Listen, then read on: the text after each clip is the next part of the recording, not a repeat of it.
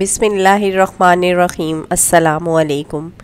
ایک taxi driver نے fit path پر بوجھل قدم اٹھاتے بوڑھے کو دیکھ کر بریک لگائی۔ پوچھا کہاں جاؤ گے؟ بوڑھے نے سامنے پہاڑ کی طرف اشارہ کرتے ہوئے کہا، اس پہاڑ کے پیچھے آخری کنارے پر میرا گھر ہے۔ ڈرائیور نے بیٹھنے کا اشارہ کیا۔ راستے میں بوڑھے سے پوچھا، کتنا دو گے کرایہ؟ بزرگ نے نم آنکھوں سے جواب دیا، بہت مال دوں گا گھر پہنچ کر۔ گاڑی جب گھر کی دہلیز تک پہنچی، دروازہ کھلا، معصوم بچے دوڑ کر آئے اور بزرگ سے لپٹ کر روتے ہوئے پوچھا، بابا ہمارے لیے روٹی لائے ہو یا رات کی طرح دن بھی بھوک میں گزرے گا؟ باپ اپنے معصوموں کی حالت زار دیکھ نہ سکا اور شرمندہ بھی ہوا۔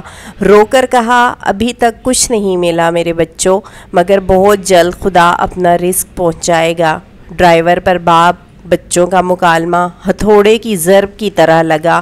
ہوٹل پر آیا، بھوکے بچوں کا کھانا لیا، جا کر معصوموں کے سامنے رکھا۔ اتنی بھوک تھی کہ سیکنڈوں میں وہ روٹی کھا گئے۔ پھر اسی نیت سے ڈرائیور خاموشی سے شہر کی طرف چل دیا کہ ان بھوکوں کی آگ بجھا دوں۔ اچانک سامنے سیاح ملے، کہنے لگے ہمیں ایئرپورٹ پہنچا دیں۔ انہوں نے بغیر پوچھے اس کا کرایہ 100 دینار دیا، حالانکہ اتنی مسافت کے صرف 20 دینار بنتے تھے۔ واپسی ایک سواری ملی، انہوں نے بھی 100 دینار دیا۔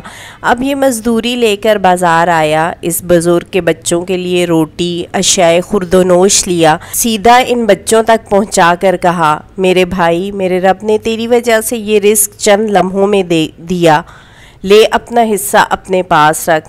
بوڑھا ممنون نگاہوں سے دیر تک دیکھتا رہا اور اس کے آنسو رکنے کا نام نہ لے رہے تھے۔ پھر زبان سے جو کچھ کہا ہوگا عرش تک آواز ضرور پہنچی ہوگی۔